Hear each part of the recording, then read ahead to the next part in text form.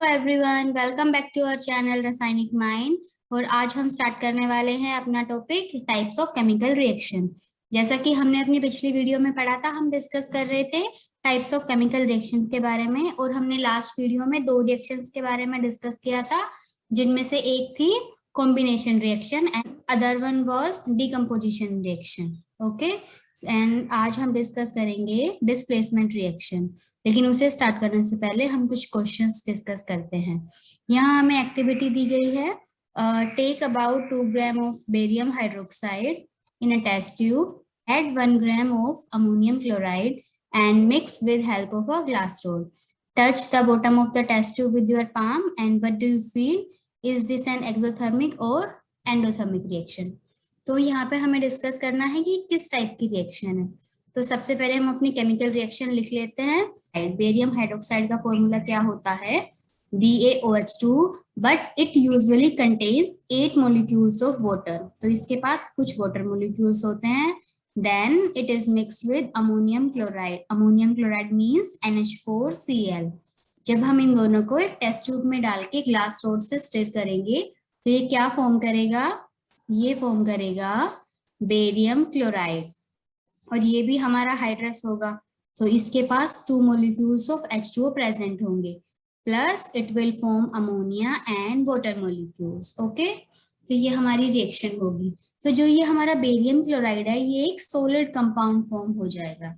तो इस रिएक्शन में एक्चुअली हुआ क्या है, जो हमारा अमोनियम क्लोराइड है ये एक एसिडिक सॉल्ट है, तो ये इसका एसिडिक नेचर है, और बेरियम हाइड्रोक्साइड का बेसिक नेचर है। तो यहाँ क्या हुआ है, मतलब बेसिकली एसिड बेस रिएक्शन हुई है।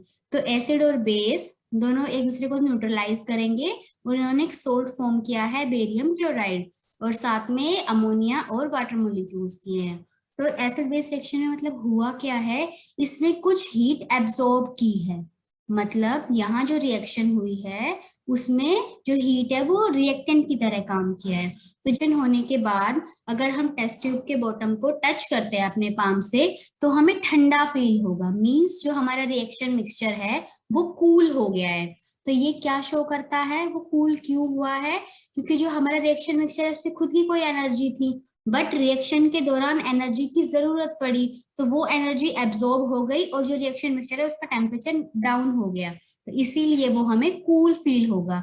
तो अगर यहाँ पे एनर्जी एब्जॉर्ब हुई है रिएक्शन के दौरान तो it means it is an endothermic reaction. तो हमारा इसका आंसर है, जब हम उसके बॉटम को टच करेंगे तो वो हमें कूल लगेगा, हमें कैसा फील होगा? कूल फील होगा। It means it is an endothermic reaction because energy is absorb during the reaction. Then हमारा नेक्स्ट क्वेश्चन है, पहले हम करते हैं फर्स्ट क्वेश्चन के बारे में discuss. And first question is a solution of a substance x is used for white washing. Means जो हम घर में सफेदी करते हैं तो उसमें जो सब्सटेंस एक्स है वो हमारा यूज होता है। तो फर्स्ट पॉइंट है, name the substance x and right it's formula. तो आप सबको भी पता होगा व्हाइट वॉश में क्या होता है, लाइम। उसे हम लाइम भी बोल सकते हैं और हम उसे क्विक लाइम भी बोल सकते हैं। मींस उसका फॉर्मूला क्या है? CaO, calcium oxide. तो जो ये CaO है ये हमारा सब्सटेंस X है और इसका फॉर्मूला है दिस वन, ये इसका फॉर्मूला है। ओके, अब इसमें बोला गया है right the reaction of the substance X name in the first part above with water. तो हमें इस CaO की रिएक्शन करानी है वाटर के साथ। तो अगर हम इसकी रिएक्शन कराते हैं, राइट, हम लिखते हैं जैसे CaO प्लस वाटर मोलिक्यूल, ये दोनों फॉर्म करके क्या बनाएंगे? कैल्शियम हाइड्रोक्साइड, मींस CaOH2, और प्लस कुछ हीट रिलीज होगी यहाँ पे। तो जो ये CaOH2 है मींस कैल्शियम हाइड्रोक्साइड, इसे हम क्या बोलते हैं? Slack lime. इसका नाम है स्लेक लाइम। तो जो हमारी रिएक्शन होगी ये यहाँ पे होगी।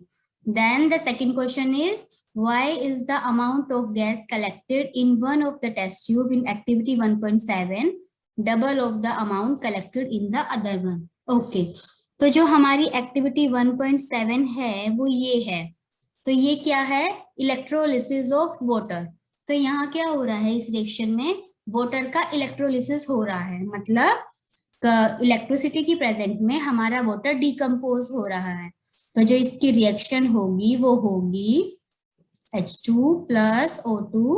अगर हम इस रिएक्शन को बैलेंस करते हैं तो 2 water molecule will break down into 2 hydrogen molecule and 1 oxygen molecule। तो ये हमारी बैलेंस रिएक्शन है। तो जो बैलेंस रिएक्शन हमारी क्या शो कर रही है, अगर वाटर के 2 मॉलिक्यूल का इलेक्ट्रोलिसिस होता है तो 2 मॉलिक्यूल या 2 मोल फॉर्म होंगे हाइड्रोजन गैस के and 1 mole of oxygen gas will be form. तो इसका मतलब जैसे कि यहाँ क्वेश्चन में बोला गया है कि यहाँ पे एक गैस दूसरे के डबल अमाउंट में फॉर्म हो रही है। तो जो हमारा फर्स्ट कॉन्सेप्ट आपका ये क्लियर होना चाहिए, जो वाटर डिकम्पोज होता है तो 2 गैस फॉर्म होती है, एक इलेक्ट्रोड पे हाइड्रोजन गैस रिलीज होती है, दूसरी पे ऑक्सीजन गैस रिलीज होती है। बट अगर हम बैलेंस रिएक्शन को देखेंगे तो जो हाइड्रोजन गैस है ये डबल अमाउंट में फॉर्म हो रही है ऑक्सीजन के। तो हमारा इसका आंसर क्या होगा, hydrogen gas is the gas which is forming in the double amount of the oxygen. Okay, but ऐसा क्यों हुआ, इसका आंसर मिलता है हमें इस बैलेंस केमिकल रिएक्शन से, क्योंकि जब 2 मोल ऑफ वाटर ब्रेक होता है तो 2 mole of hydrogen and 1 mole of oxygen form होता है। और ये क्यों है ऐसा, क्योंकि हमने रिएक्शन बैलेंस की है according to law of conservation of mass. तो हमारे इस क्वेश्चन का आंसर होगा विच गैस, तो कौन सी गैस विच डबल अमाउंट में फॉर्म हो रही है, तो वो है हाइड्रोजन। जो हाइड्रोजन गैस है वो डबल अमाउंट में फॉर्म हो रही है। एंड वाई, क्यों, क्योंकि जो बैलेंस केमिकल रिएक्शन है उसके अकॉर्डिंग इसका ब्रेकडाउन इस वे में होता है कि ये 2 मॉलिक्यूल या 2 मोल ऑफ हाइड्रोजन रिलीज करता है और 1 मोल ऑफ ऑक्सीजन रिलीज करता है। ओके, डिस्कस करते हैं अपना थर्ड टाइप ऑफ रिएक्शन। तो जो इसका नाम है वो है डिस्प्लेसमेंट रिएक्शन। तो डिस्प्लेसमेंट से आप लोग क्या समझे, आप लोग बताइए। डिस्प्लेसमेंट का मीन्स है हमने एक को रिप्लेस कर दिया दूसरे से। इट मीन्स जैसे अगर मैंने यहाँ एक बॉल रखी है जिसका नाम है A और यहाँ एक बॉल थी जिसका नाम है B, अगर मैं इसे यहाँ से रिप्लेस कर दूं और इसके प्लेस पे B को रख दूं यहाँ, तो क्या हुआ, अपनी एक्चुअल पोजीशन से A रिप्लेस हो गया और उसके प्लेस पे B आ गया। तो हम इसको क्या बोलते हैं कि B बॉल ने A बॉल को रिप्लेस कर दिया है। तो ऐसी रिएक्शंस को हम बोलते हैं डिस्प्लेसमेंट रिएक्शन। हम इसको समझते हैं अपनी एक्टिविटी की हेल्प से। तो जो यहाँ एक्टिविटी दी गई है वो है take 3 iron nails and clean them by rubbing this with sandpaper. Take 2 test tubes marked as A and B, and in each test tube take about 10 ml of copper sulfate solution. Means ये बोल रहा है कि हमें सबसे पहले 3 iron की nails लेनी है, उन्हें अच्छे से क्लीन करना है सैंडपेपर की हेल्प से। देन हमें कॉपर सल्फेट का स्टैंडर्ड सॉल्यूशन बनाना है और उसे 2 टेस्ट ट्यूब में भरना है, test tube A and test tube B. After that, tie 2 iron nails with a thread and immerse them carefully in the copper sulfate solution in test tube B. And then about 20 minutes, keep one nail aside from the comparison. After 20 minutes, take about the iron nail from the copper sulfate solution. Compare the intensity of blue color of the copper sulfate solution and also compare the color of nails. Means इसने क्या बोला है, हमें सबसे पहले prepare करना है copper sulphate का स्टैंडर्ड सॉल्यूशन। तो ये हमने स्टैंडर्ड सॉल्यूशन प्रिपेयर कर लिया एंड देन हमने 2 टेस्ट ट्यूब मार्क की है, test tube A and test tube B। हमने सेम सॉल्यूशन सेम अमाउंट में फिल किया है, टेस्ट ट्यूब A में 10 ml and test tube B में 10 ml। दोनों की दोनों टेस्ट ट्यूब्स में क्या है हमारा 10 ml copper sulphate solution. After that हमने 2 नेल्स ली है, एक नेल है A, एक नेल है B। तो A को हमने एज इट इज उसके प्लेस पे रखा और हमने इस B नेल को यहाँ से लेके इस B वाले सॉल्यूशन में डाल दिया। अभी हमने वेट किया 20 मिनट्स के लिए। आफ्टर 20 मिनट्स हमने इस नेल को निकाला और वापस इसके इस प्लेस पे रख दिया। तो अभी हमें जो चेंज देखने को मिला है वो क्या है, जो हमारा इनिशियल नेल का कलर था वो कुछ डिफरेंट था और हमने कॉपर सल्फेट सॉल्यूशन में रखने के बाद जब नेल निकाली तो इसका कलर क्या हो गया है, ब्राउनिश कलर हो गया है। एंड जो चेंज हमें सॉल्यूशन में देखने को मिला है ये हमारा है प्योर ओरिजिनल वाला सॉल्यूशन और ये वो सॉल्यूशन है जिसमें हमने नेल डिप की थी। यहाँ हमें क्या चेंज देखने को मिला है, जो हमारा कलर है कलर फेड हो गया कॉपर सल्फेट सॉल्यूशन का, ये डार्क ब्लू है, इसमें ये कलर फेड हो गया। तो अभी हमें इसका आंसर सर्च करना है कि ऐसा क्यों हुआ। Means why does the iron nail become brownish in color and the blue color of the copper sulfate solution fades? तो हमें ढूंढना है कि क्यों तो आयरन नेल का कलर चेंज हुआ and why copper sulphate solution fade down हो गया। तो इट इज बिकॉज क्योंकि यहाँ एक रिएक्शन हुई है। तो सबसे पहले हमें रिएक्शन समझनी होगी। हमने कॉपर सल्फेट सॉल्यूशन जैसे बनाया था, तो कॉपर सल्फेट सॉल्यूशन में CuSO4 एक्वस फॉर्म में प्रेजेंट है, और जो हमने आयरन नेल डाली वो प्योर आयरन मतलब सॉलिड आयरन है, वो दोनों का रिएक्शन हुआ। और जो आयरन है, आयरन ने कॉपर के सॉल्यूशन में से कॉपर को रिप्लेस करके उसकी जगह पे चला गया और उसने कॉपर सल्फेट को चेंज कर दिया आयरन सल्फेट में, और जो हमारा प्योर कॉपर है वो सेपरेट हो गया। So in this reaction iron has displaced or removed another element, that is copper, from the copper sulfate solution. This reaction is known as displacement reaction. It means ऐसी कोई भी reaction जिसमें हमारा एक एलिमेंट या compound दूसरे element को उसके सॉल्यूशन से रिप्लेस कर दे। क्या कर दे? रिप्लेस कर दे। सो ऐसी रिएक्शंस को हम बोलते हैं डिस्प्लेसमेंट रिएक्शन। तो इट मीन्स क्या हुआ था, यहाँ पे जो डार्क कलर था, इसका ब्लू डार्क कलर था, वो कॉपर आयंस की वजह से था। बट जब हमने इसमें आयरन डाला तो उसने कॉपर आयंस को रिप्लेस करके आयरन के आयंस बना दिए, जिसकी वजह से उसका कलर फेड हो गया है। तो अभी यहाँ पे क्या था, जो यहाँ ये आयरन था इसलिए इसका ऐसा कलर था। अभी इसके ऊपर प्योर कॉपर की लेयर फॉर्म हो गई है और इसकी वजह से इसका ब्राउन कलर हो गया है। तो it shows that it has an outer layer of pure copper. So in this way, ऐसे यहाँ पे इसके एक दो एग्जांपल और दिए गए हैं, that is zinc plus copper sulfate solution forming zinc sulfate and copper, and another one is lead plus copper chloride forming lead chloride plus copper. तो यहाँ क्या हुआ है, हमने कॉपर सल्फेट सॉल्यूशन और कॉपर क्लोराइड के सॉल्यूशन में pure metals डाले हैं और उन मेटल्स ने क्या किया है, सॉल्यूशन से कॉपर को रिप्लेस करके उसके प्लेस पे आ गए, जिस वजह से हमें अपने सॉल्यूशन में चेंजेस देखने को मिले। के लिए यहाँ क्या हुआ है, displacement reaction means iron, zinc and lead have replaced the copper from the copper sulfate solution, due to which the change in coloration is observed. But ये डिस्प्लेसमेंट होता कैसे है, जो एलिमेंट्स या जो कंपाउंड ज्यादा रिएक्टिव होते हैं वो अपने से ज्यादा कम रिएक्टिव वाले को रिप्लेस कर सकते हैं। तो जो डेली लाइफ का एग्जांपल है उससे हम कैसे समझ सकते हैं, हमारे पास जैसे दो बच्चे हैं, एक A एंड B। जो हमारा A है ये बहुत ही ज्यादा शाई एंड इनोसेंट है, मतलब बहुत ज्यादा वीक बच्चा है, और जो B है ये बहुत स्ट्रॉन्ग है, मीन्स फिजिकली भी एंड मेंटली भी, और ये बहुत क्लेवर है, बहुत क्लेवर। तो जो हमारा A है वो एक आइसक्रीम खा रहा है, बट वो पहले से आइसक्रीम खा रहा है, लेकिन ये बच्चा जब उसे देखेगा कि वो आइसक्रीम खा रहा है, वो उसके पास आएगा, मतलब दो चाटे लगाएगा, तो मुझे आइसक्रीम खानी है, तो वो क्या करेगा, अपनी ज्यादा पावर की वजह से A से आइसक्रीम छीन लेगा। मीन्स B A के कंपैरिजन में ज्यादा पावरफुल था, इसीलिए उसने आइसक्रीम छीन ली। तो जो हमारा सेम केस है वही एलिमेंट्स में होता है, जो ज्यादा रिएक्टिव हमारे एलिमेंट्स होते हैं वो वीक वाले को रिप्लेस कर देते हैं। तो जो zinc lead means iron, zinc and lead, ये सारे के सारे एलिमेंट कॉपर के कंपैरिजन में ज्यादा रिएक्टिव होते हैं, इसीलिए वो उसे उसके सॉल्यूशन या कंपाउंड में से इजीली रिप्लेस करते हैं, और इस रिप्लेसमेंट को क्या बोलते हैं, डिस्प्लेसमेंट रिएक्शन। अगला रिएक्शन है डबल डिस्प्लेसमेंट रिएक्शन। अभी तक हमने क्या देखा था कि A प्लस B था, अगर A वीक है और B स्ट्रॉन्ग है तो B A को उसके सॉल्यूशन से कंपाउंड से निकाल के उसका प्लेस ले लेगा। तो क्या हुआ, B ने A को रिप्लेस किया है, तो ये क्या है, डिस्प्लेसमेंट रिएक्शन है।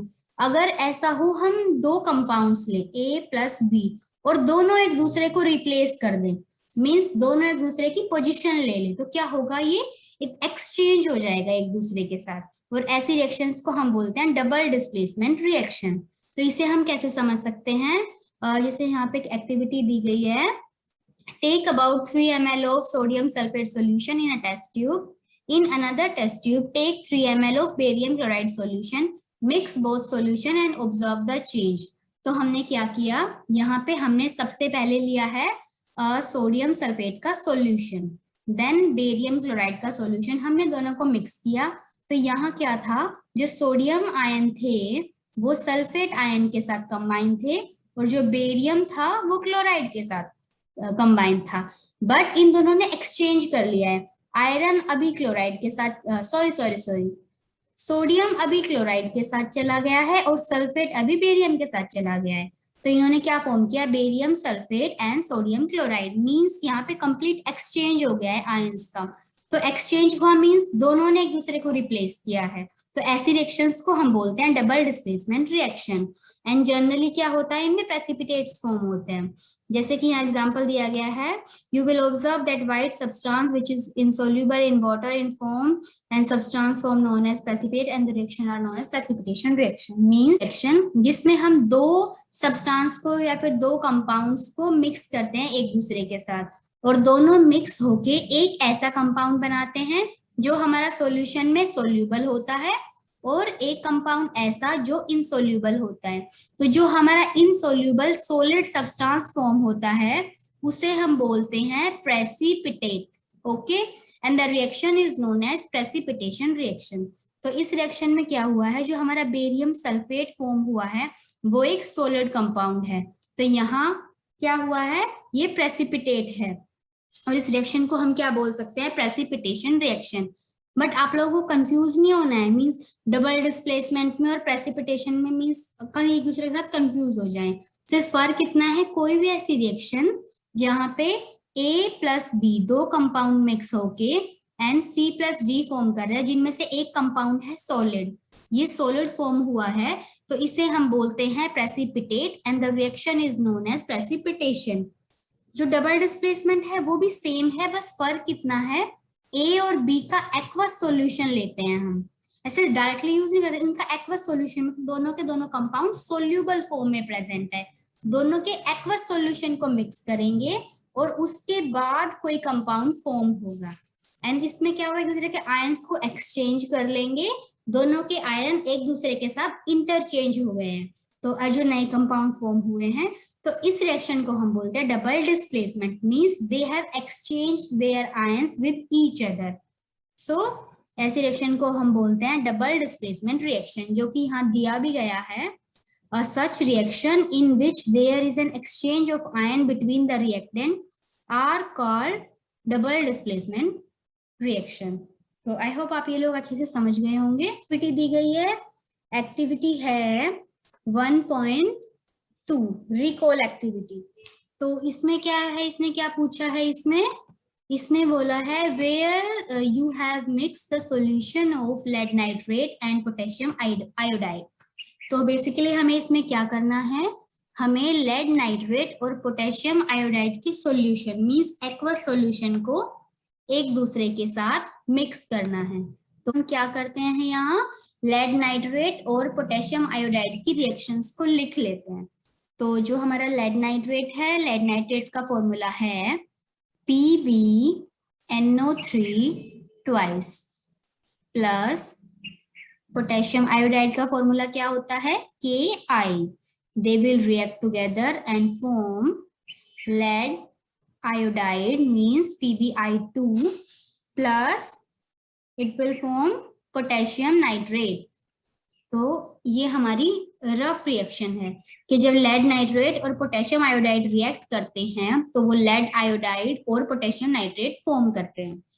तो इसका फर्स्ट क्वेश्चन है, What was the color of the precipitate form? Can you name the compound precipitate? तो यहाँ जो precipitate form होगा वो क्या होगा, तो अभी हमने बोला था ये एक्वस सॉल्यूशन इनका लिया गया है, तो जो लेड नाइट्रेट और पोटेशियम आयोडाइड है वो एक्वस है, बट जो लेड आयोडाइड है वो एक सॉलिड कंपाउंड फॉर्म होगा और जो ये पोटेशियम नाइट्राइड है ये एक्वस है। तो यहाँ जो सॉलिड कंपाउंड फॉर्म हुआ है वो क्या है, lead iodide. So it means it is the precipitate. तो यहाँ पे जो प्रेसिपिटेट हुआ वो कौन है, लेड आयोडाइड। इसका कलर होता है yellow. It is yellow in colour, okay. तो इसका ब्राइट येलो कलर होता है, तो what was the colour, so colour is yellow. Then second question is can you name the compound, compound है PbI2, so इसका नाम है lead iodide, so it is named as lead iodide. Then the second question is write the balance chemical equation for this reaction. अभी हमें इस reaction के लिए balance chemical, तो बैलेंस केमिकल रिएक्शन का मतलब होता है नंबर ऑफ एटम्स बैलेंस होने चाहिए और ओवरऑल मास सेम होना चाहिए।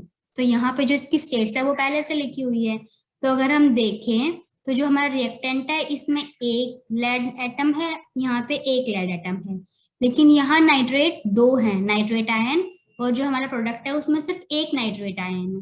तो हम सबसे पहले क्या करेंगे, पोटेशियम नाइट्रेट को 2 से मल्टीप्लाई कर देंगे, तो इससे क्या होगा, हमारा दो नाइट्रेट आयन बैलेंस हो जाएंगी। The reactant and product both side are having 2 nitrate ions. लेकिन अब यहाँ क्या हुआ कि रिएक्टेंट में तो एक पोटेशियम है, बट यहाँ क्या हो गए 2, तो जो हमारे नंबर ऑफ पोटेशियम आयंस है वो अनबैलेंस हो गए। तो अभी हमें क्या करना पड़ेगा, इसे भी 2 से मल्टीप्लाई कर देंगे, तो जो नंबर ऑफ पोटेशियम आयन है वो भी दोनों बैलेंस, दोनों both side are having 2 potassium atoms, okay. And then हम आते हैं आयोडीन पे, सो 2 आयोडीन एटम है, product is also having 2 iodine atom, so this is the balanced chemical equation for this reaction. अब हमारा नेक्स्ट क्वेश्चन है, is this also a double displacement reaction, means अभी देखो इसमें प्रेसिपिटेट फॉर्म हुआ था, क्या हुआ था, पीपीटी फॉर्म हुआ था, तो ये तो हम समझ गए कि एक प्रेसिपिटेशन रिएक्शन है, बट क्या ये एक डबल डिस्प्लेसमेंट रिएक्शन है। तो डबल डिस्प्लेसमेंट रिएक्शन के लिए कंडीशंस क्या होती है, जो दो हमारे दोनों रिएक्टेंट है वो एक्वस फॉर्म में प्रेजेंट होने चाहिए, मतलब उनका सोल्यूबल सॉल्यूशन होना चाहिए। तो यहाँ पे इन्होंने बोला है कि मिक्स सॉल्यूशन, तो ये एक्वस फॉर्म में है, तो एक कंडीशन हमारी हो गई कंप्लीट। देन दूसरा है इनके आयंस इंटरचेंज हुए हैं, so yes they have interchange their ion, क्योंकि रिएक्टेंट में लेड नाइट्रेट के साथ था, बस प्रोडक्ट में आयोडीन के साथ है, तो इनका आयंस का इंटरचेंज हो गया है, so yes it is N double displacement reaction. तो इसका आंसर भी हमारा मिल गया है। अब हम डिस्कस करते हैं अपना next type of reaction. Next type की रिएक्शन है ऑक्सीडेशन एंड रिडक्शन रिएक्शन। तो जैसे हमने अब तक अपनी सारी रिएक्शंस को एक्टिविटी की हेल्प से समझा है, इसे भी हम एक्टिविटी की हेल्प से समझेंगे। तो हमारी एक्टिविटी दी गई है 1.11 and first point is heat a China dish containing 1 gram of copper powder, what do you observe. तो हमें क्या करना है, हमें एक चाइना डिश लेनी है, चाइना डिश में हमें कॉपर का पाउडर लेना है और उसे हीट करना है, and then we have to observe कि यहाँ क्या चेंजेस हो रहे हैं। तो यहाँ क्या चेंजेस होंगे, the surface of the copper powder become coated with the black oxide, means जो अगर हम उसे हीट करते हैं तो जो कॉपर पाउडर की आउटर सरफेस है उस पे एक ब्लैक कलर के कॉपर ऑक्साइड का लेयर फॉर्म हो जाएगा। Why has this black substance formed. Next question है कि यहाँ ये ब्लैक सब्सटेंस क्यों बना है, this is because oxygen is added to the copper oxide.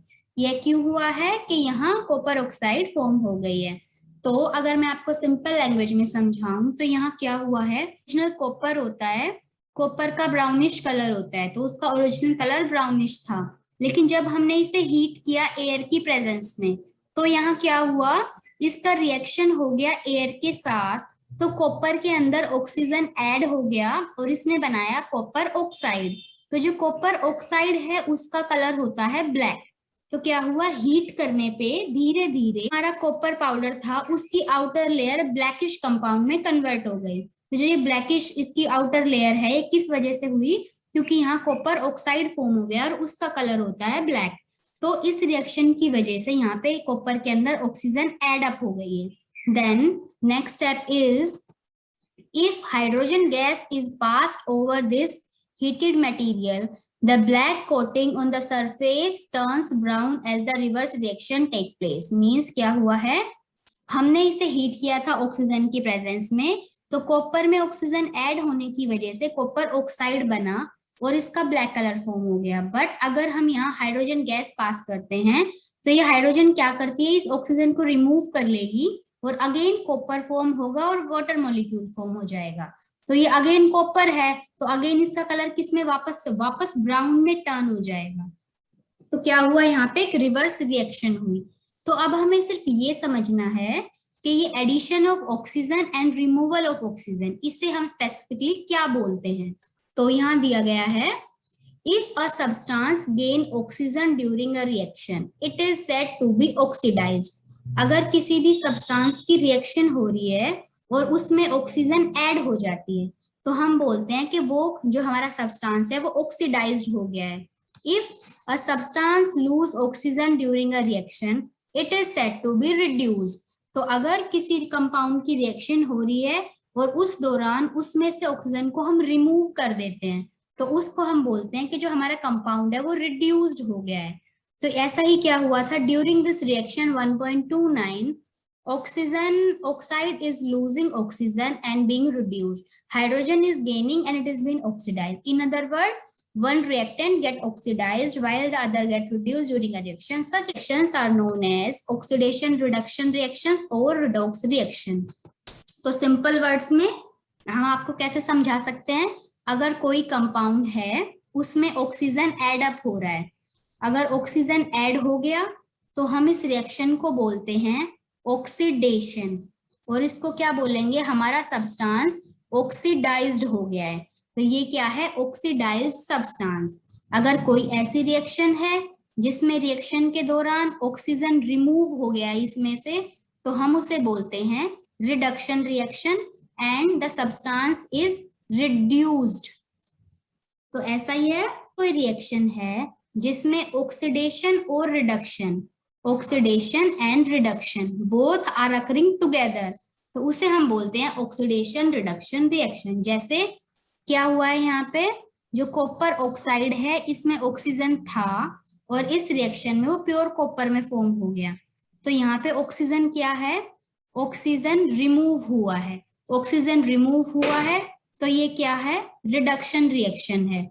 लेकिन यहाँ हाइड्रोजन था और ये वाटर में कन्वर्ट हो गया, तो यहाँ क्या हुआ है, ऑक्सीजन ऐड हुआ है, तो हम उसे बोलते हैं oxidation reaction. So oxidation and reduction both are occurring together, तो इसे हम बोलेंगे रिडक्शन ऑक्सीडेशन रिएक्शन। और इसे हम कैसे लिख सकते हैं, redox, red shows reduction, ox shows oxidation. It means in redox reduction, in redox reaction, both oxidation and reduction are occurring together.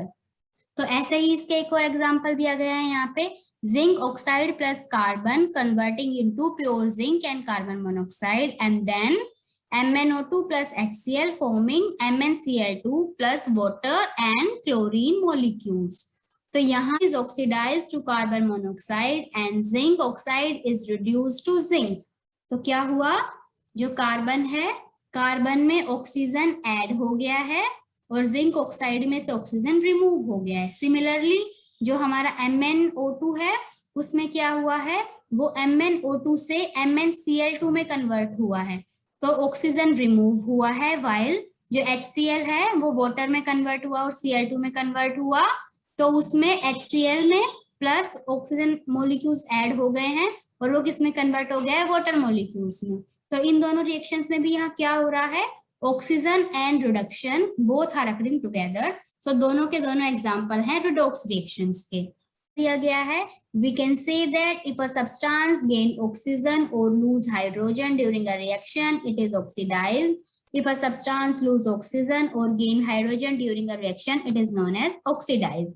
तो इन सिंपल वर्ड हम क्या बोल सकते हैं, ऐसी रिएक्शन जिसमें किसी कंपाउंड में ऑक्सीजन ऐड हो रहा है या फिर हाइड्रोजन रिमूव हो रहा है, means addition of oxygen and removal of hydrogen.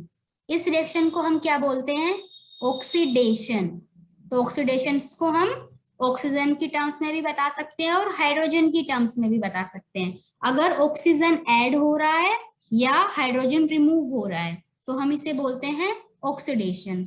If in a reaction oxygen is removed, means oxygen remove हो रहा है और हाइड्रोजन ऐड हो रहा है, तो इस रिएक्शन को हम बोलते हैं reduction reaction, means addition of hydrogen and removal of oxygen is known as reduction and the substance is known as reduced substance. तो इसका मतलब है हम ऑक्सीजन को और हाइड्रोजन को दोनों की टर्म्स को यूज कर सकते हैं oxygen oxidation and reduction reactions को एक्सप्लेन करने के लिए। तो यहाँ पे जो एक एक्टिविटी दी गई है रिकॉल एक्टिविटी 1.1, उसमें पूछा जा रहा है magnesium ribbon burn with a dazzling flame in the air and change into a white substance magnesium oxide, is magnesium being oxidised और रिड्यूस्ड। तो इसने पूछा है कि जो हमने मैग्नीशियम रिबन का बर्न किया था, मींस जो मैग्नीशियम बर्न हुआ था एयर की प्रेजेंस में, बर्न होके वो एक white substance means magnesium oxide में कन्वर्ट हो गया था।